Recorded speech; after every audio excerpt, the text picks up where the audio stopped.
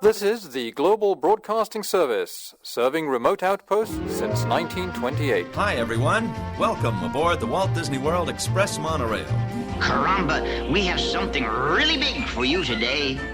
Welcome, foolish mortals. Now then, hang on to them hats and glasses, because this here's the wildest ride in the wilderness. This is the DBC Pod with Phil Schoen and Jason Dodge.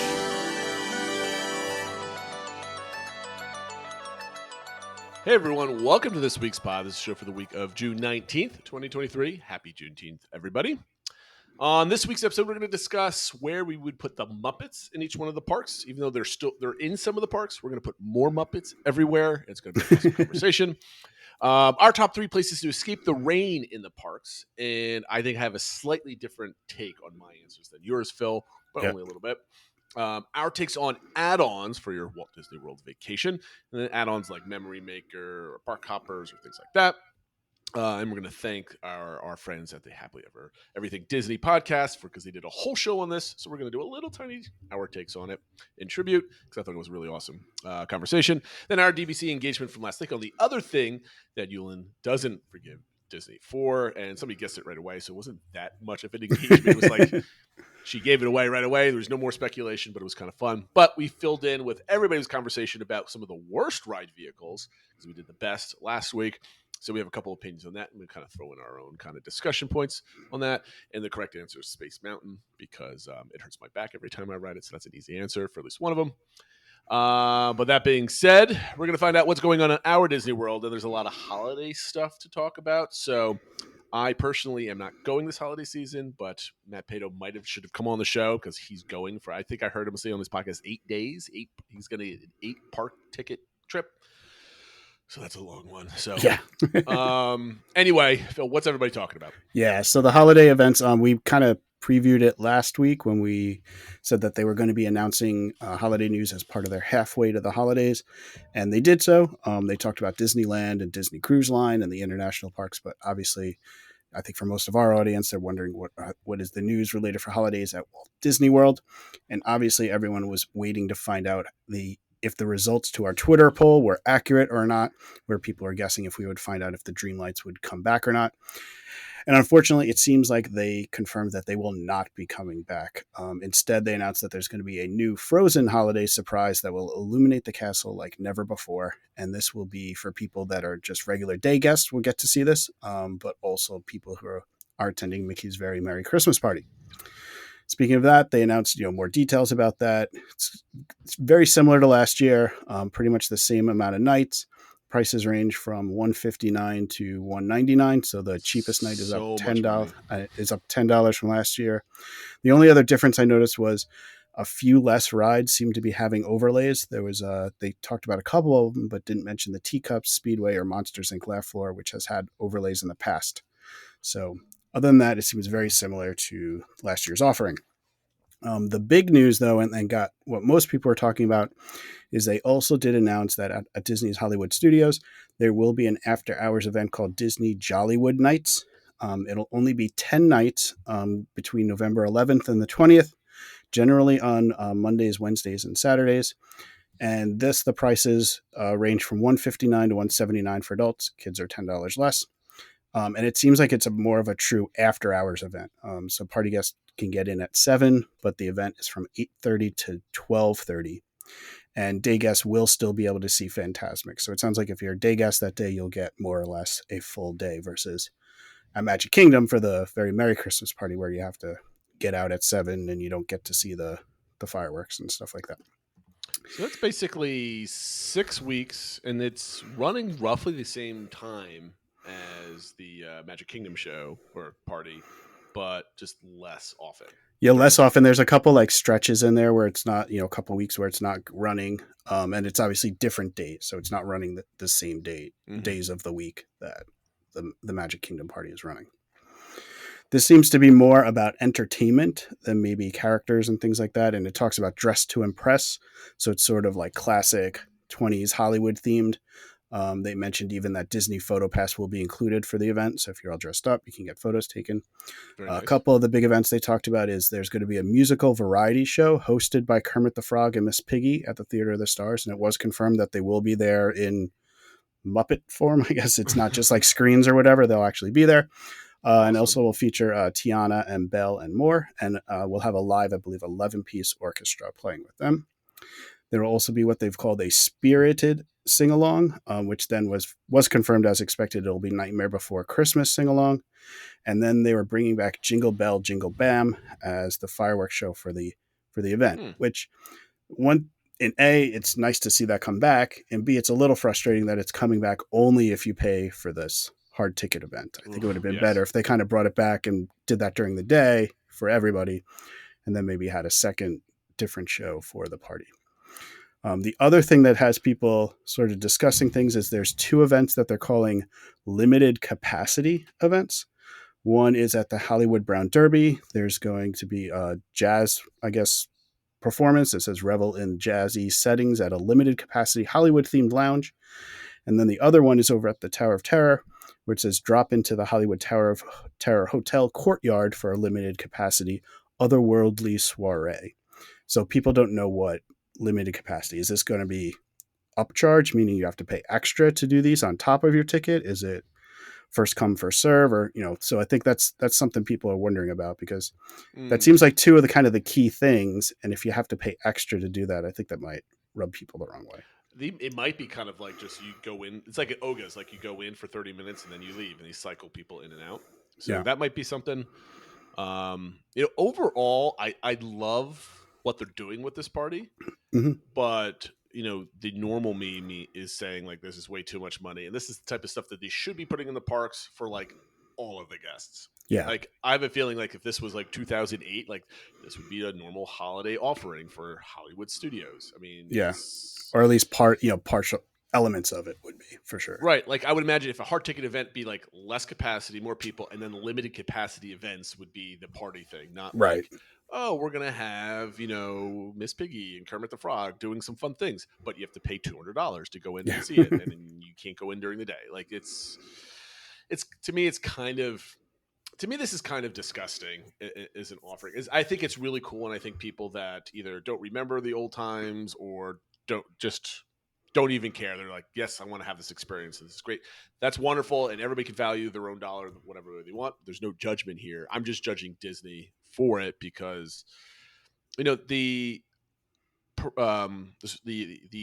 party at Magic Kingdom is not as like, I don't want to say extravagant. It's just more Magic Kingdom, basically. Yeah. With some kind of parades. Like themed Magic Kingdom or whatever. Yeah. Right. But this is like offering a whole new experience for an incredible amount of money. And what was the timing on this? It's like 7. You could go in at 7:30. It starts at 9 to 11. You can enter 12. At 7, so you should be able to get in and go see Fantasmic if you want.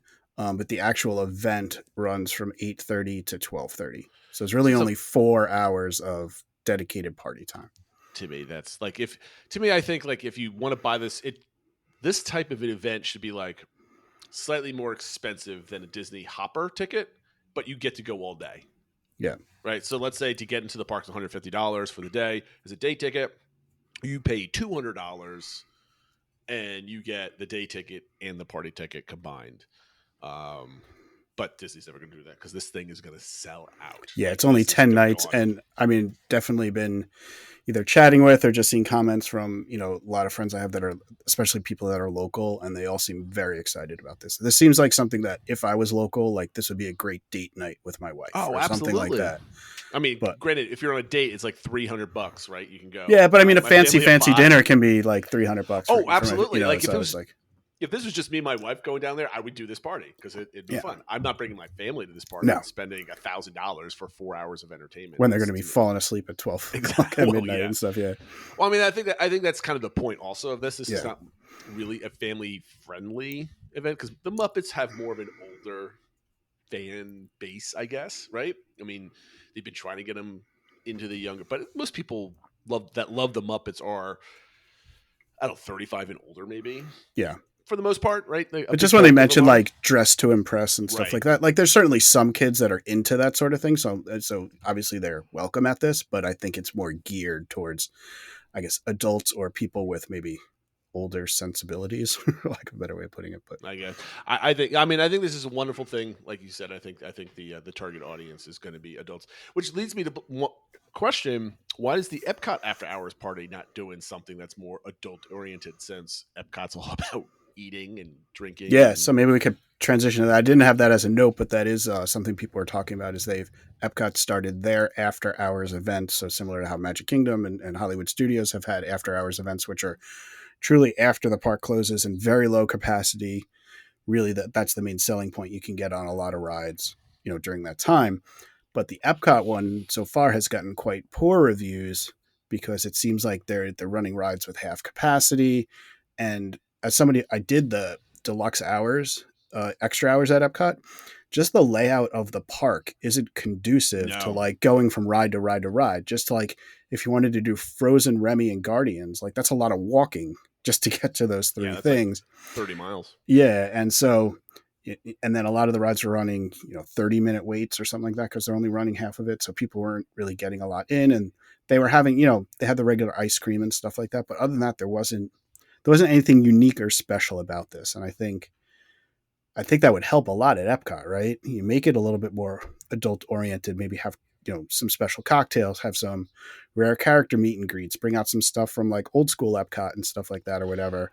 I mean, I don't even think you need that, but I think like where you put a theme, like everybody dress up and do this thing and then everybody's there in fancy clothes. Maybe it's like New Year's Eve in July or, it has to, I think for Epcot, it has to have a themed party, not like come and ride more rides because Epcot's rides are terrible. Like it's not a ride-oriented park. It's a festival-oriented park, and you need to have a fancy festival. And the people who like Epcot, like Wandering World Showcase and things like that. Like it's not like Magic Kingdom where you're going from ride to ride to ride. And exactly. Stuff, so I think they probably might take that feedback and Disney. I believe that Disney wants to get to a place where they can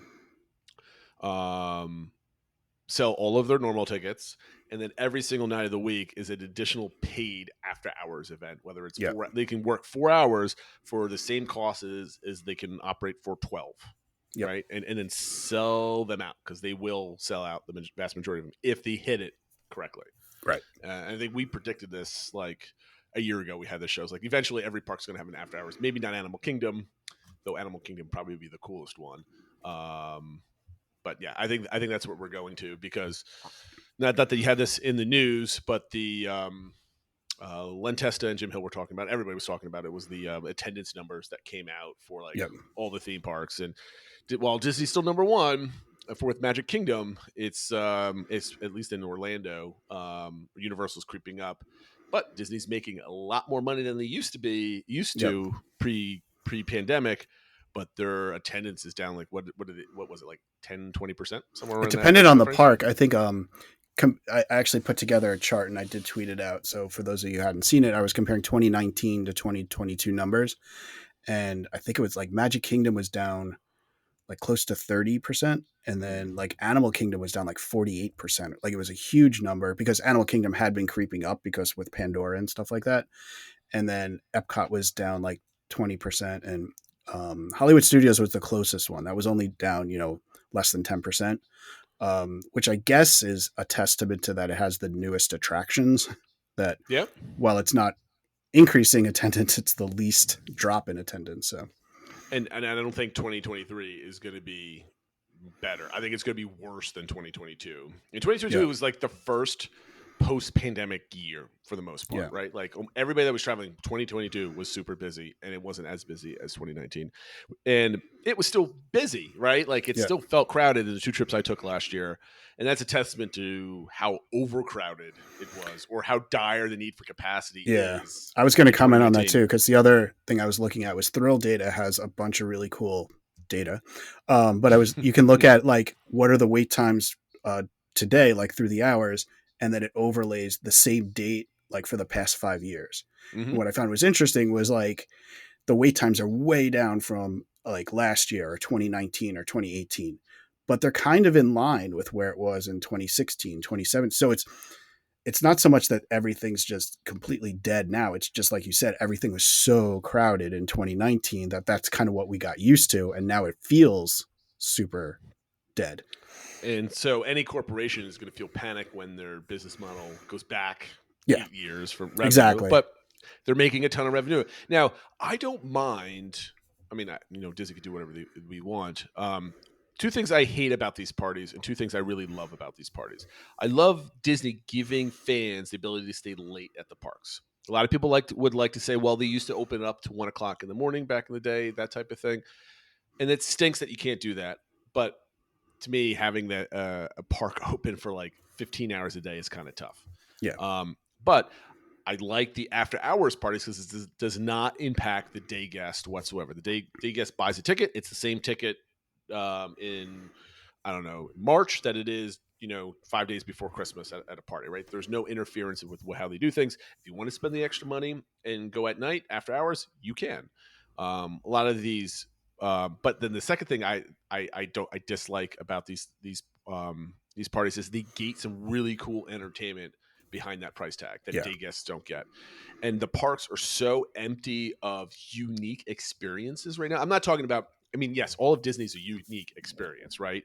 But comparing, right now, there's nothing really special going on at Magic Kingdom right now to like how special it should feel at Halloween or Christmas. And they got lovely decorations. They have good music playing, but there's nothing unique going on. Like there's no cool entertainment, cool shows that are like different. You have to pay more money. Yeah, I would say outside of Epcot. Epcot has the storytellers and has candlelight procession, and like that's all included. But to me, that's like festival stuff. Like there's always unique things at the festivals at Epcot, right? Sure. Fair. So why I don't call them unique because it's expected that each of the festivals to drag people to that. You got to have that at Epcot because Epcot's lacking in other ways. But the festivals is part of those standard operating business, I think, for Epcot, right? And I just dislike the Hollywood Studios one is like really, it gets stuck in my craw a little bit about like all these really cool things that I will never see, first of all, because I'm not getting down there and spending the money without my kids and stuff like that. So I'm disappointed that if I were down there, I would really want to see the Muppets do some cool things, but I wouldn't be able to do that unless like I go and I take my mother down and she babysits the kids for a night and me and my wife go out and it's just like, then it's not fair to my kids to hear all of us going on and seeing like cool things. So anyway, I think it's more of a locals or like, couples or friends going down for this type of thing rather than families, which is disappointing. That's my rant for the day. Speaking of underperforming things, Elemental had Pixar's second worst opening ever, and the worst opening was the original Toy Story back in 1995. So, despite having generally positive to neutral reviews, and I've seen it and I really liked it, and I've talked to a lot of people that have seen it, everyone's really liked it. Maybe it's not top tier Pixar, but it's much better than a lot of the recent kind of Disney animated and Pixar movies. It's estimated to only earn $29.5 million domestically and $17 million internationally over its opening weekend on a reported budget of over $200 million. So that is not a good start. No. And so I don't know why. I guess I don't know why exactly it did this poorly. I did see a lot of comments from people saying like, I didn't even know it was coming out. I hadn't heard I don't know if it's just the marketing is not getting to people, because a lot of people are like, well, I don't have like regular TV. I don't do, I stream. So if it's on TV or whatever, I'm not seeing any ads for it. Mm-hmm. And so I don't know if they just need to change around how their marketing is done or. There's two things in my opinion, my unexpert opinion, right? This is just Jason that's just sitting here. I have no idea what I'm talking about, but I know my own personal experience and how I consume content and decide what kind of content I want to spend money on, right? Mm-hmm. So, number one, the marketing stinks, right? You alluded to this, right? Like, no one's watching, well, not no one. Very many people are not watching conventional TV anymore, where they sit and watch 30 minutes or 2 minutes of commercials. Well, they pre-record everything. They either skip the commercials or they're not watching any content Yeah. with like a string of commercials. I don't know what the ratings are of like morning shows where they do a lot of these promotions, like on ABC. They have like, people come on and talk about it, promote it. I don't know how many people are still watching those programs. They're not part of my life. I don't know anybody that watches them. Obviously, they get ratings, or they wouldn't have them. Right. So, the algorithms for like YouTube, internet advertisement, like, I've trained my brain to ignore all that stuff. You skip it within 5 seconds on any YouTube. But because I'm not consuming any Disney content on YouTube, I'm not getting Disney commercials, right? So I don't know if Disney's not using YouTube or Facebook and targeting the 35 to plus demographic that might have kids to go see this, but I never saw any advertisements for that. A lot of people are saying that. So long story short, maybe the marketing needs to change, first of all. And then two, it was Father's Day weekend, and there was a lot of other movies that did poorly also this weekend. Yeah. And are people really going to movies anymore? I mean, again, you got inflation, you've got everybody, pinching pennies, or at least more cost conscious. Even if they can easily afford it, they're like, do I really want to spend $50 because I just invested in a 70-inch TV for my basement for my family during COVID, and now I prefer watching movies at home? And is the trend of how Americans consume movies that aren't like, this is Endgame, you need to see this in the movie theaters, Right. versus like a fun Disney movie. And I know personally for my family, I'm not going to spend $15 times 5 to go see a Pixar movie that it's not like this is going to be absolutely amazing, when I can wait 3 months and get it on Disney Plus, or 4 months, or whatever. Or not even the that. time It's is. been like 45 days, or it's been less than a couple Whatever it months. is. Yeah, exactly. I mean, I think that's impacting people too, is to say, I mean, maybe it'll be good, but I'll find out in 6 weeks or whatever, when it'll be on Disney Plus that I'm already paying for. And, unless the buzz is like, this is absolutely phenomenal movie, okay, then we can go see it. But I'm not hearing that buzz, because I think everybody's kind of doing the same thing. Especially, I think a big impact in this is like toy sales and commercials for kids, right? Mm-hmm. Kids aren't watching Saturday morning cartoons like they used to. They're watching cartoons on Netflix. They're watching cartoons on Disney Plus. There's no commercials for random junk on there. So my kids aren't running in and saying like, "Hey, can we go see Elemental? I've seen 500 commercials for it. I want to see it. I want to see it." And they start pestering their parents to go take them see it, and they finally do that type of thing, right? Yeah. I mean, and especially in the toy industry, like, kids aren't looking for toys. That's why I think there's so much content about people playing with toys on YouTube that kids watch constantly, rather than just a 30-second commercial about it. So I think that's impacting it also. And I don't know, maybe Disney needs to do a better job advertising their own movies in the parks, and then on Disney Plus itself. Like, if I was in charge of Disney, I would put like a 30-second ad on before every single time somebody hits play on the platform for a Disney movie. Like, you have to watch the Elemental trailer before you watch, an episode of Mandalorian or something else like that. Like, whatever, I think there's better ways to do that for the outreach. But I'm looking forward to watching it, but I'll wait for it's on Disney Plus. It's going to be a good, family thing. The same thing for Little Mermaid too. I had all intents of going to go see it, and everybody said it was an awesome movie, but no one was like blown away by it. And I guess that's unfortunate. But I think that's also a part of it too. That, I mean, The Little Mermaid's still in theaters. Like, it feels like these movies got released pretty close together. And how many families are, like you said, I'm not going to pay 75. Are you going to pay 75 times 2 to see both of them? Like, yeah, exactly. And I know, I asked my kids, and of the two, they preferred to see Elemental, so that's the one we saw. There you go. But yeah, so it's just interesting. So I don't know what it's going to mean for the future, but if they're only pulling in 30 million from these movies, they can't just keep spending 200 million making them. So I mean, that's the problem with Disney acquiring so many different studios. Like, they have to promote Marvels, and they have to promote Indiana Jones, and then eventually Star Wars, and then they have to promote all the Pixar movies that are coming out, and all the Disney animation movies that are coming out, and all the live action movies are coming. Like, before, like, Disney had different tiers of movies that come out, but it was always like a Disney animation movie, but it would be like 2 or 3 years in between like really good Disney animation movies that are coming out, right? There wasn't one every single year.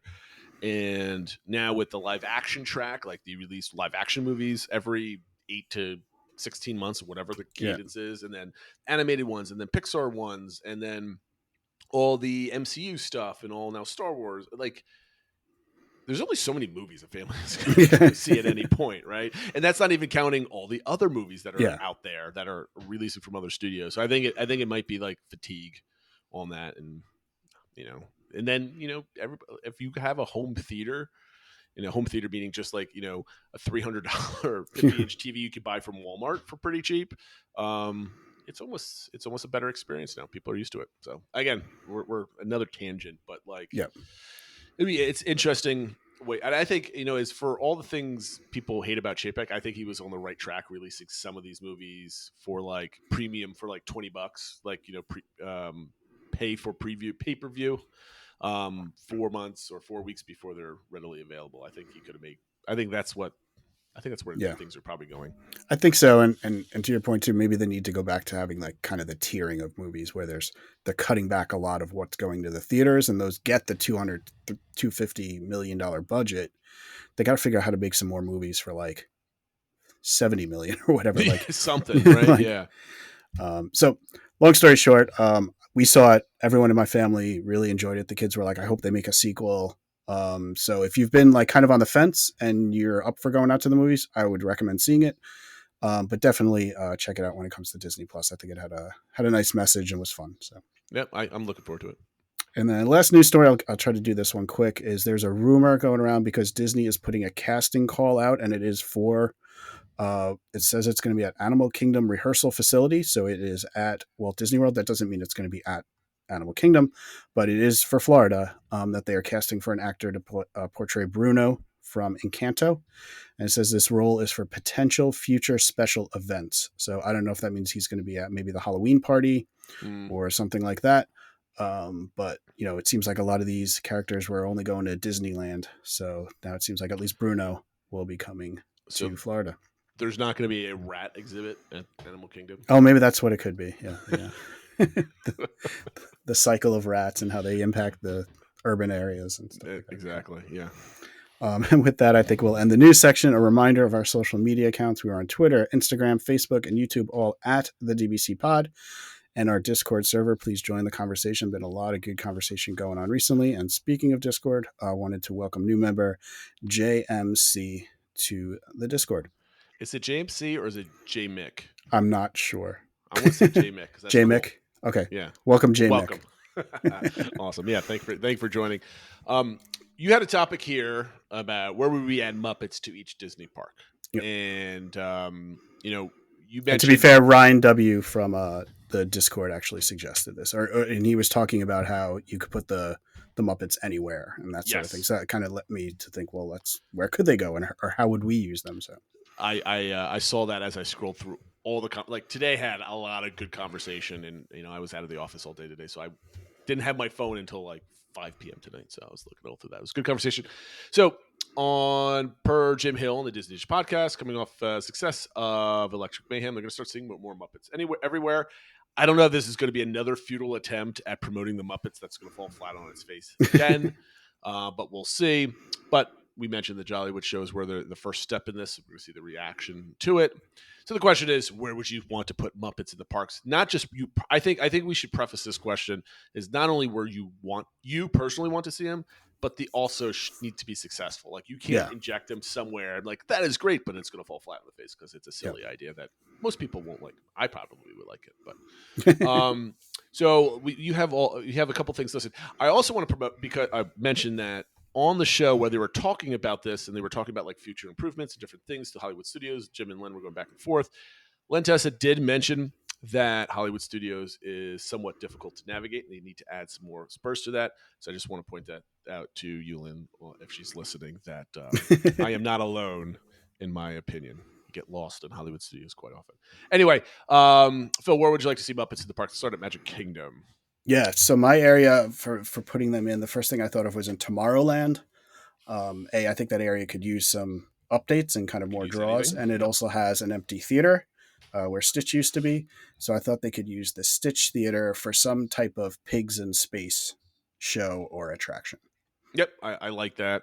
I like the Muppets in Liberty Square. I mean, I think they should do that more often, and I kind of like that thing. I think they could be done in Frontierland also. Like sometimes they have the Country Bears out and stuff like that. But I think you just inject more Muppets in certain areas where it's not like completely silly. Like they don't really belong in Fantasyland. Tomorrowland they work. Frontierland they work. Adventureland they work, but with a little bit of like it can't be too much. But like, why don't you close down like the treehouse for like every once in a while, but just have the Muppets start like squirting water at people from the top or something else like that. Something silly like that. I think they can kind of work as more of a ambiance type of overlay versus like here's a ride that's just Muppets. Yeah. Because I don't think Disney will ever have a Muppet ride unless there's a Muppet Renaissance where it brings in eyes. Because as much as I would love a Muppet ride, I think that'd be really fun. I don't think that's going to be a major draw, and I think there's several tiers of other IP that would have a better draw and take more people off of other. And it almost happened when Disney was going to fully take over, was going to merge with Henson Studios, and Jim Henson was working with them. They were basically going to have like half of Hollywood Studios or MGM Studios, and they were going to have the Great Muppet Movie Ride, which would have been like their take on the Great Movie Ride. And, that would have been so cool, though. Right. I mean, we almost got all that stuff, but I don't think we're, like you said, unless the things drastically change or they see, big movement in how much money they're making off the Muppets. I don't think anything of that scale. So let's go to Hollywood Studios. Okay. Obviously, you have the show with Muppets, and then that's kind of like everything that's there. Yeah. There was the rumor or suggestion of Muppets in Rock and Roller Coaster. Yep. Is that like where you would do it, or would you do something else? Yeah, I mean, if we're not going to go full bore and like those original plans with the Great Muppet Movie Ride and stuff like that, I think what could work is doing what was rumored, the Electric Mayhem redo of Rock and Roller Coaster, and then I would change the Lightning McQueen attraction and that sort of thing to be Muppets as well. Somehow I kind of had it like they were trying to fit in with the classic Hollywood stuff, and like so they're all dressed up and being like they're acting in the swing in Hollywood and just not quite pulling it off correctly, with Gonzo and stuff like that. So I think there'd be a fun way to kind of try to tie that into like the Tower of Terror and things like that, and that kind of style. Now, I personally I like those ideas, but from a technical point of view, I don't like them because now we're splitting up because now you're making like a mini Muppet land. Yeah. Well, if I would do this, I would close the existing show and do something else with that space, whether make it part of extending Star Wars or Indiana Jones or whatever you're doing over there. I would kind of make a larger Muppet area, but just one. I wouldn't split it like that. Do you think a Muppet area could get a draw from people significantly? I mean, people are going to go on Rock and Roller Coaster regardless of the overlay, right? Because it's a thrill ride and it's a good attraction. Do you think you're like, because you don't get that many big crowds to see the Lightning McQueen thing? Well, that's what I was thinking. If that area was all themed better into one thing, and it was clear there are two attractions here for this one property, whether it's Muppets or something else, I think that would help. Because right now the Lightning McQueen attraction, which is actually a halfway decent show and a good kind of AC break and stuff like that, it's like right next to this thrill ride, and it's like it doesn't get the same audience and stuff. Like I just don't know how many people even know it's there. And if you're not going to Rock and Roller Coaster, are you really walking down to that area? So I think some way of making that area feel like one more or one full land, I think whatever the theme they pick would help. Now, another reason why I don't like this idea is because again, from a logistic point of view, not a theme point of view, is I want that area from, Animation Courtyard all the way there to be like one cohesive, like awesome land for some kind of property, right? Yeah. If you do that, that might stop Disney from doing that. So I want something grander and much more expensive than just rethinking or two things. No, but I mean, like, I wouldn't want. I would like it. I like the idea of Rock and Roller Coaster being rethemed. I think it would be better if it was more spooky themed. I think Tower of Terror deserves more than that. I would personally add, you got the movie area, and then I would like to see a giant restaurant because Hollywood Studios needs more character meals, bigger dining options.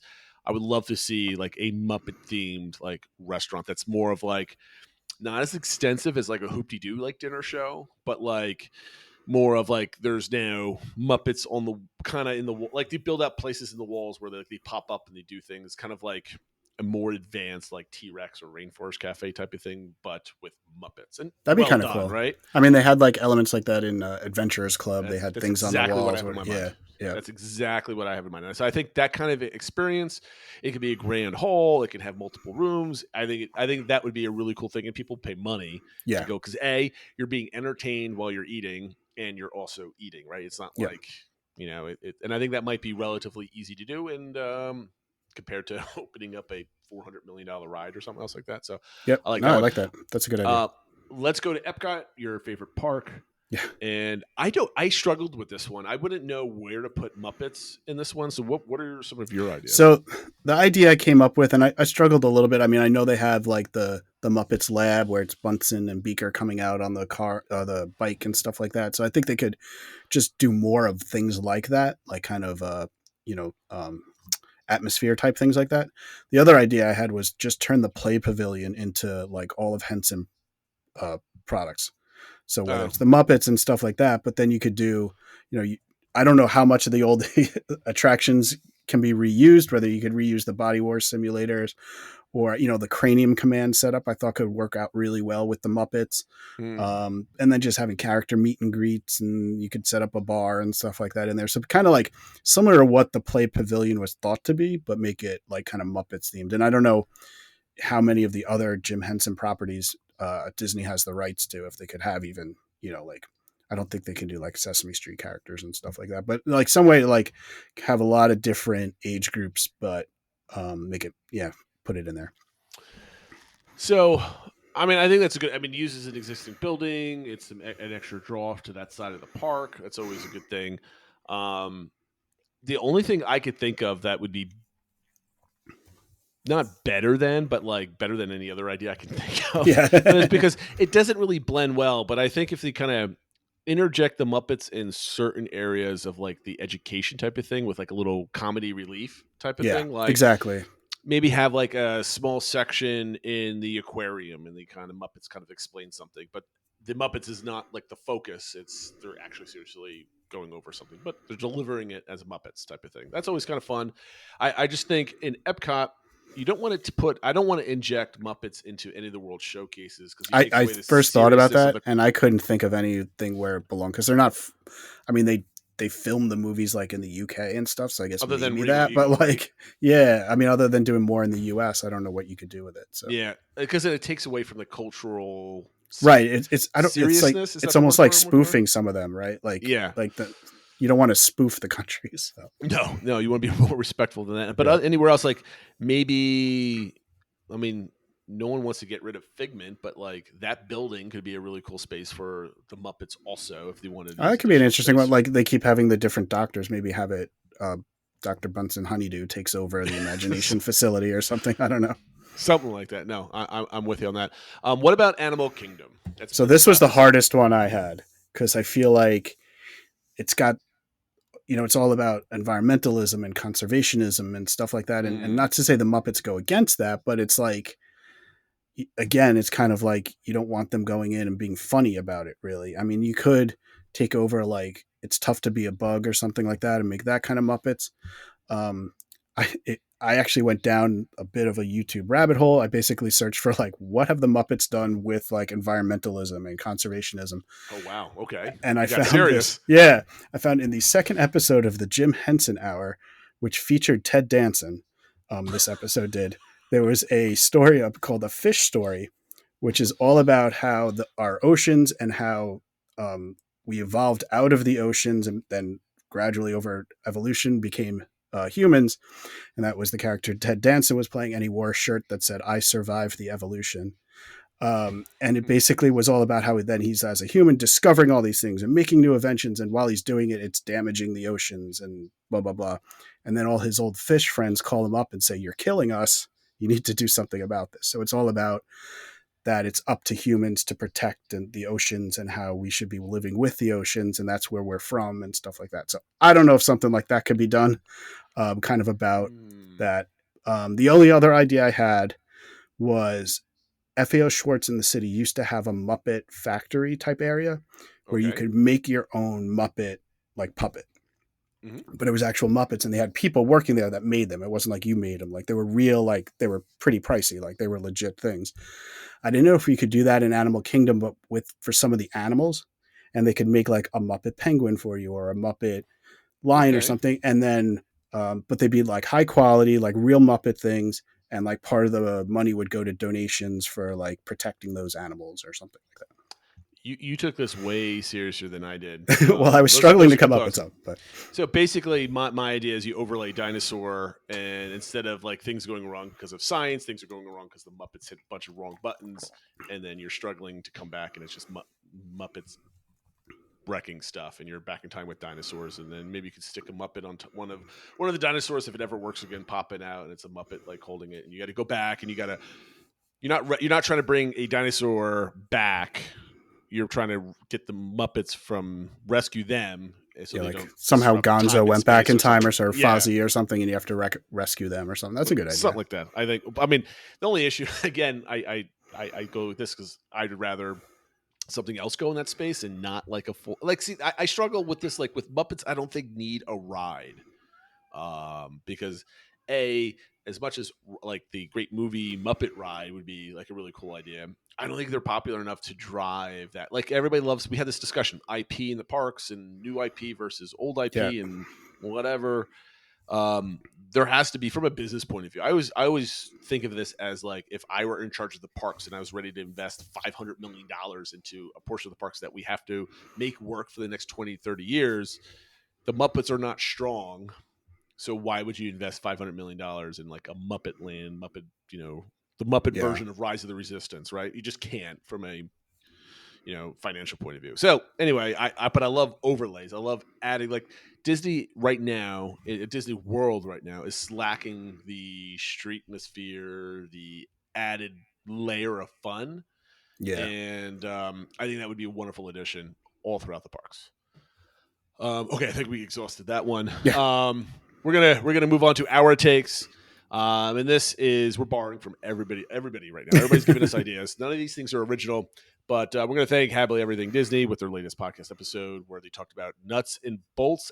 They called them bolts, like bolt-ons. I'm calling them add-ons for your park vacation. Which ones are good ones and which ones are bad ones? They call them nuts. We're going to call them overrated, I suppose. So, and these are things that basically, outside of buying a ticket to go to the park, all the extra things that you could pay for, from hotels to, I don't know, a refillable mug, like anything. Like what is your overrated? So we're going to start with overrated. Phil, do you want to go first? Do you want me to go first? I'll go first. Okay. Probably not surprising that I picked the dining plan for this one. I think I've known predictable. And honestly, though, the reason I put it as overrated is because I think people on both sides of the argument get too passionate about it, that we overrate the discussion and the debate and stuff like that. So I see a lot of people that were posting like, we're not going back to Disney World until the dining plan comes back. Like, to me, that's just way too extreme for one element. Whereas where I'm like, I think it's awful, it should never come back, blah, blah, blah. Like, that's two-way strong the other way. When in the reality, you're kind of prepaying for your meals and you're probably not saving money, but if you like the convenience factor, then great, go for it. But so that's why I think it's more the debate over the dining plan is overrated. I'm a huge fan of the dining plan. I love it. I totally think it's overrated because, ultimately you're just paying for the prepay feature of it, and it's not even that good anymore. So I'm with you on that one. My overrated one is park hoppers. Again, Matt was talking about that on his show, and to me, I mean, like, everybody's like, you have to have park hoppers, right? A lot of people talk about you have to have them. This is the only way to do vacation. They just always get it when they go. They don't even think about it yet. And they're so expensive. I mean, if you're going for like my wife and I got them last year when it was just the two of us, and I thought it was worth the investment that we can hop around, whatever. I always look it through the lens, and that's why we started this podcast many years ago, was we look through the lens of, people that go with families. There's too often a lot of content creators or people that are going by themselves or with friends, or they're married without children. I mean, we've got each of us have 3 kids at slightly different age brackets, but all under the age of 16. And I think park hoppers for family of 4, family of 5, unless you're getting other benefits like you got the dining plan, but you had to buy park hoppers to get the dining plan type of thing. I don't think they're worth it. I think you could have a wonderful experience unless you're going for like 2 days and you want to cram as much as you want in, right? But if you're going for like a 5 to 7 day vacation, a week long, and you've got like, a day for each park, I don't think you need them, right? They're nice to have, and if you can afford them, you can do a lot of cool things with them. But I think they're totally overrated as like a must have. Yeah, I agree with that. I do think, and this is probably an advertisement for their podcast. Listen to it. I think some of the guys made some good points for scenarios where maybe it makes more sense than others. But I agree with you that overall, they're overrated. Yep, you definitely 100%. don't need them.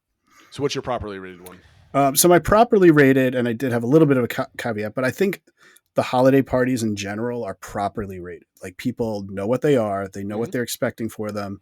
And if you're really into the holidays and you want something special and you want maybe some lower crowds, that's, you get that with them. I do think they're starting to become price prohibitive. It was a lot better when they were, $90, not $150. Yeah. So I think it's just getting harder to kind of justify, but I think people know that, and that it's like, if I'm committing to this is a big chunk of kind of our extra money we're going to spend for this trip, but it's worth it to us. So I think they're properly rated. Yeah, I mean, as much as I like to complain how expensive they are, I'm perfectly fine not getting them, right? Yeah. And anybody that does pay all that money, they know what they're getting. Like, Disney's not hiding anything.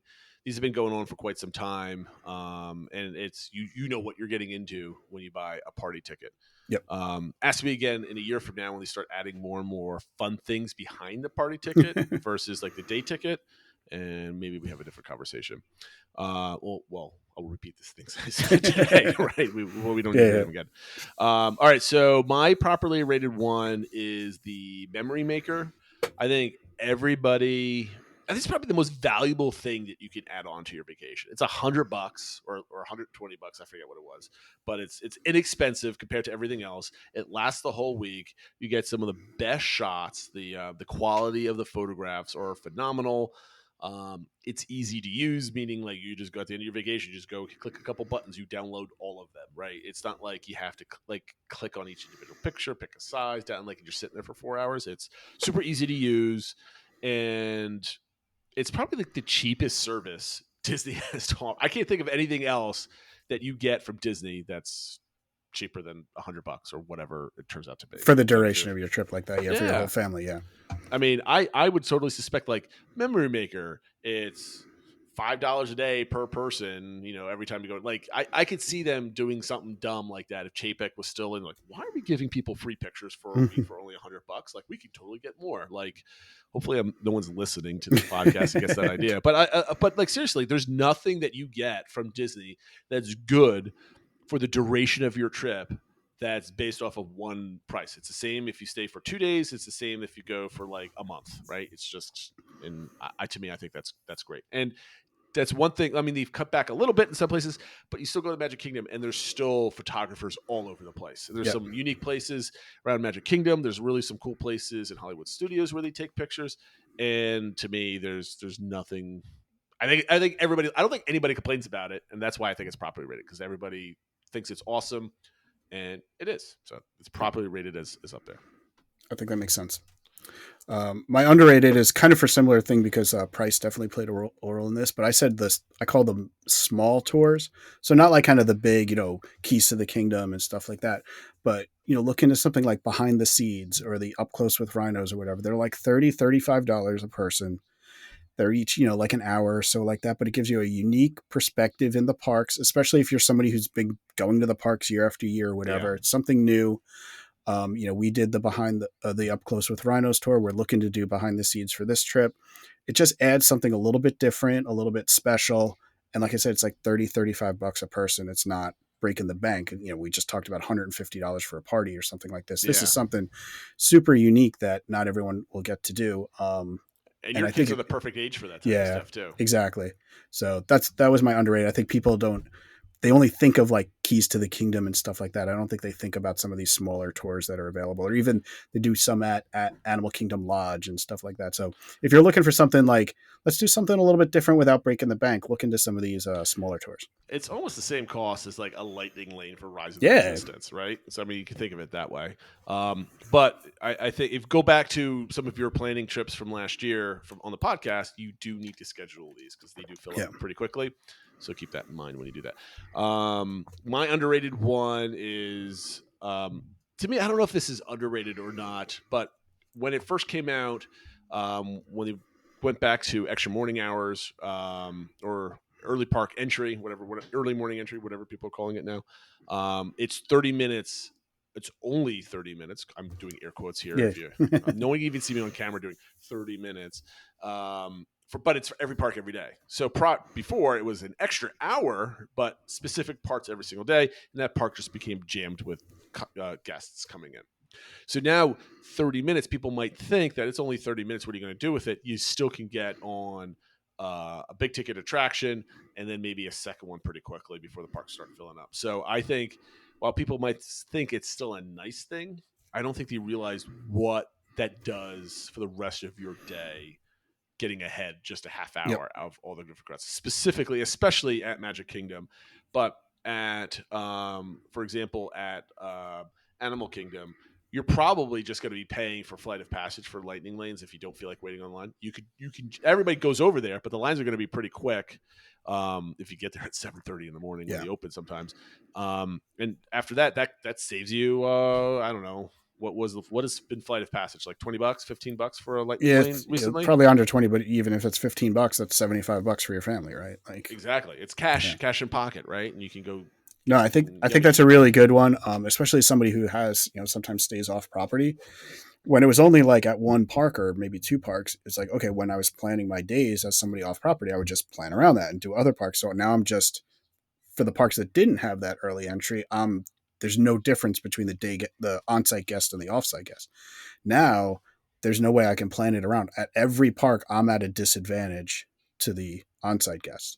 So in some ways, it's like now I'm not saying it's worth the trade-off because they've also gotten rid of the evening extra hours, but just comparing the morning ones, in some ways, I think it's a better benefit than what was there before. So, I mean, a lot of people complain about it. They're like, 30 minutes isn't even worth it. Why bother? They should just get rid of it. It's like, no, like you don't realize it. In the hour that what you got in earlier, you could do the same amount of rides that you could do in a half hour because it's not as crowded. So that's the main difference, in my opinion. Okay, so those were our takes on add-ons for the Walt Disney World Vacation. And we're going to move on to our top three. And this one was yours. So what is our top three this week? Yeah, well, it's actually thanks to Herdomaniac from the board because we're just borrowing ideas from everybody. But it came up to just with there was rain in a lot of the parks, and the other day, like a big thunderstorm was coming through. So people are just talking about, how do you handle that when there's rain in the parks? And so they mentioned like, hey, that sounds like a podcast idea. So I put it as our top three places to hide from the rain when you're in the parks. So do you want me to go first or? Yeah, I'm going to go first, but I want to preface this. I think we did this like 2 years ago, I want to say, because when I started writing my answer number one, because it was one of my favorite things I've discovered, not that it's unique at all, but like I remember talking about this on the show. So, why don't you go first? Go ahead. So the first one I think of is the Land Pavilion. If you're in Epcot, there's, 2 attractions plus the movie plus somewhere to eat, and it's completely out of the rain, and you can kind of spend at least an hour or 2 hours in there trying to avoid the rain and the air conditioning and stuff like that. So I think, I'll be honest, it's not just because I like Epcot so much. I thought of a lot of ideas in Epcot just because of the way Epcot was structured with the pavilions, right? Mm-hmm. It's just sort of kind of makes it more conducive to finding a spot that you can kind of duck into for a while. But my number one was the Land Pavilion.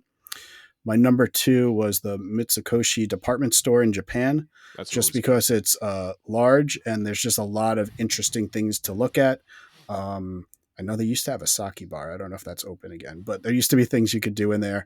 But there's, I think that's usually my family wants to spend an hour in there anyway. So if you do it while it's raining and stuff like that, it's something quick story. When we went in our adult only trip last year, we went to that store, and that's where Cindy wanted to just go and just buy like all the souvenirs. She wanted to buy Yeah. all the unique things from there. So we were looking around. It was kind of neat, but then she spent like more time than I wanted. So now I'm just kind of like that puppy that's just following her around when she's like looking at every single thing. There's a lot of cool stuff in there.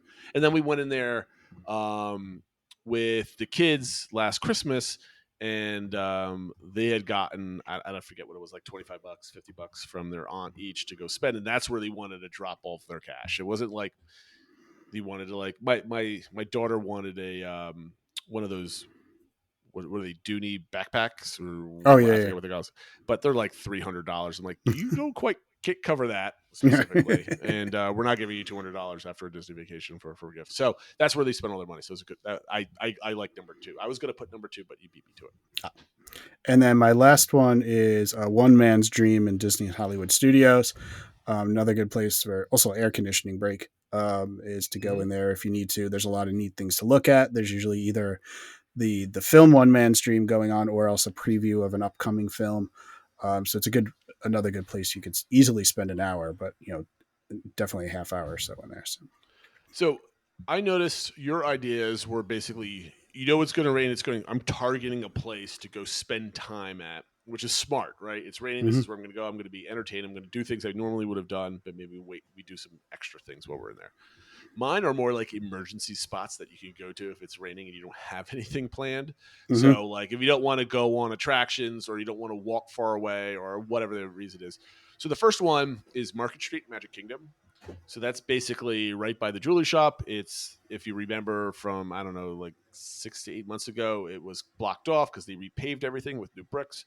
There is a spot all the way in the end that is completely covered. And sometimes cast members put in like chairs and stools. Sometimes there's a bench back there that you could just kind of relax. It's not crowded because it's kind of deep back in there. A lot of people like to just go in all the shops, and then it's like all hot and sweaty because there's 500 people like looking at completely overpriced watches and stuff like that people aren't going to buy. And then, but there you can kind of relax. You're out of the rain, and you can just kind of do some people watching. You don't have to be standing, get off your feet. The second one is, in similar fashion, I put this number 3 in no particular order, is that area on Sunset Boulevard where you have like Sunset Ranch Market or Anaheim Produce, which is basically like open air, like eateries, but it's all covered, right? You can grab something to eat. You can either stop by the Sunshine Day Bar and get one of the better margaritas on property, and just kind of, if you could, like, this is where everybody goes. It's huge, right? So it's not like it's a hidden place. Yeah. But if you know it's starting to drizzle, go kind of mark out some territory and kind of relax there. And cool sight of Tower of Terror. I really like that spot. This is what we did, back in the summer. We got a little thing. We kind of chilled there for a little while. And then my last one is more closer to yours, is the Festival of the Lion King at Animal Kingdom. It's a great show. It's kind of open air, so it's not like hot and stuffy inside. And if something's playing, you can kind of get in the show, and the queue is kind of covered also. So like even if you're waiting there in the rain, it's not really hitting you in the face, because there's not too much to do at Animal Kingdom that's like quick that you can kind of run to. Yeah. A lot of the stuff is outdoors. But this one is a pretty open, and they have regular showing, so it's not like you could potentially catch something as it's going, or go in while it's showing and maybe kind of hop in there in mid show. Are they still let you in during the middle of the show? I don't think so. No, they close the doors because the show happens where you would need to cross to get to the. That's true. The stadium.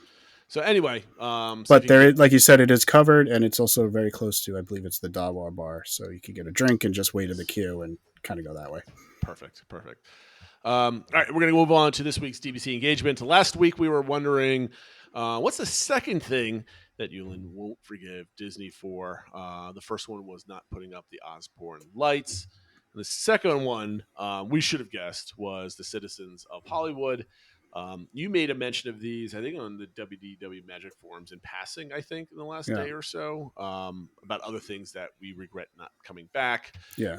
Lack of entertainment, that type of thing. And I agree there. I never really, I don't want to say I didn't like them, but I wasn't attracted to them. But what I really did like was you're just walking by and some things are happening, right? Yes. It's like the kinetic energy, extra stuff going on, that extra layer of specialness. And I think it's not to get on another tangent, and I'm just going to say let's do this for a topic for another week.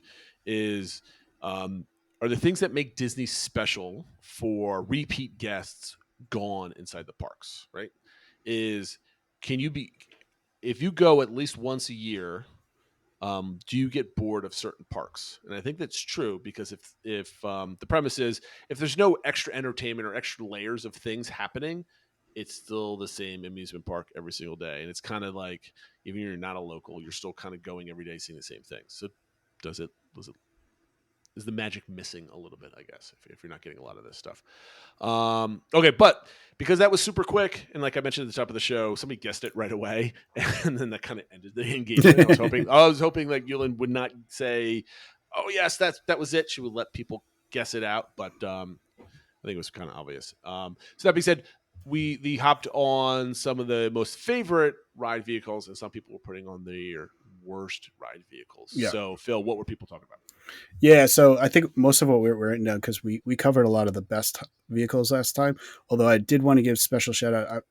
I should have thought of this one, but a few people mentioned the Tower of Terror, and I think that's a great example of a really good ride vehicle because it moves in different directions, and then obviously not only does it drop you, but actually pushes you down. You're falling faster than the force of gravity, and it's like it's different. It's not just a drop; it's like kind of the up and down, and then you move backwards again. Yep. So I think that's a really good ride vehicle.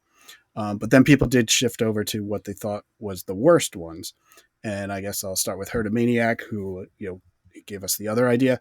Mentioned, you talked about the Falcon being one of the best ones. And they mentioned not the Falcon totally, but if you're not a pilot, it kind of felt like you weren't able to see very well. You had to kind of tilt your head if you're like the gunner and stuff like that. So they said that they found that if you weren't the pilot, that it wasn't a good ride vehicle for them. Also mentioned, a couple people mentioned the Navi River boat rides because of how they're small and that you kind of have to step onto the seat to get into the boat. And so it's not never liked great. That. Yeah. And I always hated that they didn't build, because it's a newer attraction. They should have made them easier for everybody, but they don't have any boats that can handle wheelchairs. Yeah. So people, you have to be able to transfer, which I was like, this is a newer attraction. You should be able to handle that. And then they also mentioned Mission Space, which is surprising if you're, they said they're not claustrophobic, but if anybody is, if you've ever been in that ride, it can kind of make you claustrophobic, even if you're not. I have never been, and I never will be on that ride. Yeah. That was definitely a one and done for me. It's a neat concept, but don't need to do it again. Ones that another people mentioned, Stitch in Minnesota, but other people, Gene mentioned it and others, Seven Dwarfs Mine Train, just how small the cars can be if you're a bigger person. I'm not even that big, and I feel a little tight in there. Just especially they kind of carved little like spots for your butt cheeks in the car, and they definitely don't fit adult butt cheeks. Other people definitely mentioned Space Mountain. I know you mentioned that earlier too. It kind of can hurt your back while you're going. And similarly, they mentioned Astro Orbiter, which is kind of feels like a similar type vehicle. It's just that you're up higher and then you're not really strapped in very well. So I felt a little like unsafe in it as well. When I went on, I felt like I was going to fall out, but then I had my youngest daughter with me. And I'm like, I'm holding on her for dear life because I don't know if we're going around fast enough to keep her glued to the bottom of this thing. So I was a little worried there. Like this, it was definitely more amusement park ish. Yes. And you're like, and my brain's saying like, there's no way it's not safe if it's in Disney, but it just felt a little janky. Yeah. No, so I totally agree. And then the other one I saw mentioned, Gene mentioned Tron, just because it's, with somebody with mobility issues, they can't get in there. But to give that ride credit is they did add, when they brought it over from Asia, they did add the back cars, which are more like regular roller coaster seats. So they're easier for people to get in and out of if you have some mobility issues. Yep. I don't think I have any other worse ones. They were already mentioned. Space Mountain I mentioned. All the mountain vehicles were kind of small, other than Splash Mountain. Everything else was kind of cramped, but I always put up with it. I always kind of like the Big Thunder Mountain because if I sat down and my youngest daughter sat down, maybe there's probably a 6-inch gap between her lap and the bar, and have her, if not more, jump around. Yeah.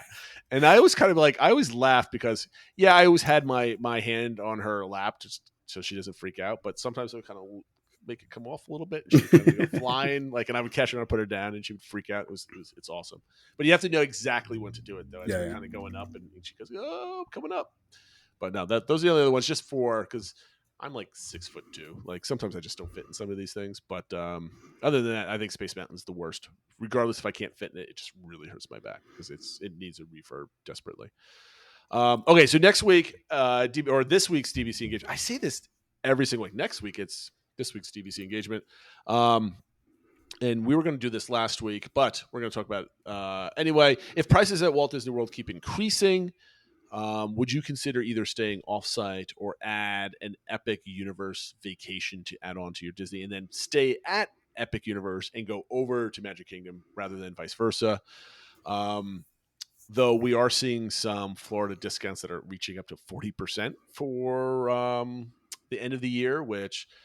Yeah, that was another thing I guess I could have added in the news around the holidays, is that a number of discounts broke for the holiday season, which, I mean, it's not even last minute. It's still a ways away, and they're already dropping the 30+% discounts at a lot of places. It's not within the 6-month window. It's out of that, which is unbelievable.